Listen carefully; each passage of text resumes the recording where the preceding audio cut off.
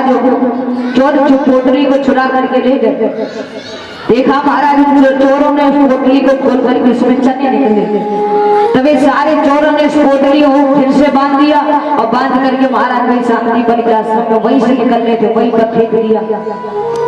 जो फेंका महाराज तो गुरु मैया ने उन चनों को उठा करके अपने पास में रख दिया और वही चने गुरु मैया ने सुदामा जी को दे दिया।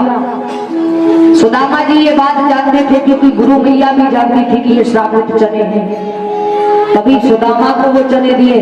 नहीं तो गुरु मैया भगवान श्याम सुंदर को भी चने दे सकती थी, दोनों जा रहे थे लकड़ी लाने। गुरु मैया ने सुदामा जी को चने दिए और वही श्रापित चने को सुदामा जी ये बात जानते थे कि ये चने श्रापित हैं और यदि 3 लोग 14 भवन के नायक भगवान कृष्ण ने इन चनों को खा लिया तो वो बिल्कुल निर्धन हो जाएगा। जो पूरी द्वारका नगरी है ये भी निर्धन हो जाएगी क्योंकि बुढ़िया मैया का शाप है। जो चने को खाएगा वो बिल्कुल हमारी तरीके से ही निर्धन बन जाएगा। जिसके यहाँ पर भोजन के लाले हो जाएंगे जो मेरे चने को खाएगा, क्योंकि उन चने के बाद में उस बुढ़िया मैया के आंगन में कुछ खाने को नहीं। उन्हीं चने को महाराज सुदामा जी जानते थे कि मैं चने को खा लूं तो मेरे ऊपर निर्धनता आ जाएगी, गरीबी आ जाएगी। महाराज ऐसा प्रेम ऐसी मित्रता सुदामा और भगवान कृष्ण की जैसी संसार में कभी नहीं हुई। उन चने को खा लिया और ये भी बात सत्य है गुरु संग कपट मित्र संग चोरी की हुए निर्धन की हुई बड़ी, ये बात भी सत्य है। लेकिन सुदामा जी के ऊपर गरीबी उन चने की खातिर आई। वो श्रापित चने को खाया और भगवान श्याम सुंदर को सांप से बचाया। भगवान श्याम सुंदर द्वारका नगरी वहीं से मित्रता हट गई। भगवान श्याम सुंदर द्वारका नगरी पर आए। सुदामा जी महाराज अपनी नगरी काशी नगरी पर आए।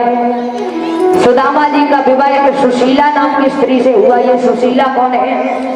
गुरु गर्गाचार्य की पुत्री है सुशीला, जिनके साथ में भगवान जिन्होंने गुरु गर्गाचार्य ने भगवान का नामकरण किया तो नामकरण के बदले उनकी पुत्री जो है सुशीला, उसका विवाह महाराज भगवान के मित्र सुदामा के साथ में हुआ। ये गर्गाचार्य की पुत्री है सुशीला। महाराज सुशीला आकर के आंगन में रहने लगी। जिस दिन से सुशीला आंगन पर आई कोई सर्दी ऐसी नहीं गई कि सुशीला ने रजाई ओढ़ करके चैन से सोई हो। जब से विवाह होकर के आया इतनी गरीबी महाराज सुनने में लगता है क्या सच में ऐसी गरीबी हो गई। लेकिन महाराज जिसके ऊपर जो चीज बीतती है वही सब तो होता है। सुदामा जी के ऊपर इतनी गरीबी है महाराज की 4 दिन हो जाते हैं उनके बालकों को भोजन नहीं मिलता है। और उस माता पिता से पूछिए जिनके महाराज बालक 4 दिन बिना भोजन के रहे हो, हम लोगों को समझ में नहीं आता। क्यों? क्योंकि हम लोगों को तो टाइम टू टाइम भोजन मिल रहा है, पानी मिल रहा है। उन बालकों से पूछिए जो 4 दिन महाराज बिना भोजन के रहे और सर्दी में बिना रजाई के लेते रहे। इतनी गरीबी महाराज भोजन तक के लाले पड़ गए। किसी दिन नमक मिल जाता है तो उस दिन मठा नहीं मिलता और जिस दिन मठा मिल जाता है उस दिन सुदामा जी को नमक नहीं मिलता। वो महाराज ऐसा है, यदि मठा मिल गया तो उस दिन नमक कोई देता नहीं और जिस दिन नमक मिल जाए उस दिन मठा नहीं देता कोई। बड़ी गरीबी महाराज। रोज सुदामा जी द्वार पर जाते हैं अपने बालकों के भरण पोषण के लिए। यदि संसार से कुछ भोजन मिल जाता अपने पुत्रों को खिला देते थे। बड़ी गरीबी महाराज। सुशीला एक दिन पूछने लगी स्वामी एक बात बताओ, आपके पास में इतनी गरीबी कहाँ से आ गई? कौन से कर्म आपके ऐसे हैं जो इतने आप निर्धन हैं?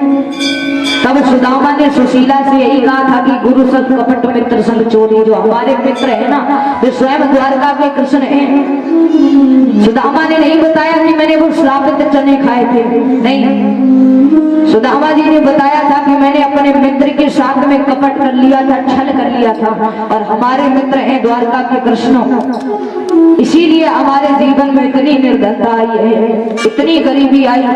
सुशीला कहने लगी तो स्वामी कुछ ठनमाल खजाना मत मांगना, बस जिस मित्र के साथ में छल किया है, कपट किया है, उसी मित्र से एक बार अपनी गलती की क्षमा मांग करके वापस लौटा था। जाओ तो सही, एक बार उस मित्र से मिलो तो सही जाकर के। सुदामा जी कहने लगे, सुशीला तुझे पता है, यदि कहीं अपने मित्र के यहाँ या गुरु के यहाँ जाओ तो खाली हाथ नहीं जाया जाता। मेरे बालकों ने 4-4 दिन से भोजन नहीं किया है, मैं अपने मित्र से मिलने जाऊं तो क्या लेकर के जाऊं। सुशीला आज दरवाजे से निकली और द्वार पर महाराज मांग रही है, यदि किसी के यहाँ पर चावल या पान सुपारी हो तो हमें दे दो, हमारे पति अपने मित्र से मिलने जा रहे हैं। महाराज इस संसार का नियम है, सुख के साथी सब है, पर दुख आने पर